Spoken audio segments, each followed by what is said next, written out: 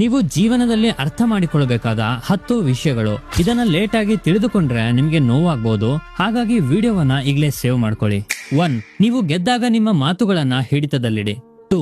ನಿಮ್ಮ ಪ್ಲಾನ್ ಅನ್ನ ಯಾರಿಗೂ ಹೇಳ್ಬೇಡಿ. ರಿಸಲ್ಟ್ ಬಂದ ಮೇಲೆ ಈ ರಿಸಲ್ಟೇ ನಿಮ್ಮ ಪರವಾಗಿ ಮಾತಾಡುತ್ತೆ. 3.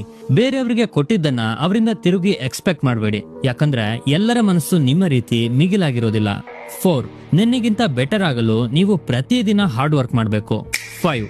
ಬೆಲೆಯನ್ನ ನೋಡಿ ವಸ್ತುಗಳನ್ನ ಖರೀದಿಸಿದಂತೆ ಗಡಿಯಾರವನ್ನ ನೋಡಿ ಕೆಲಸ ಮಾಡಿ.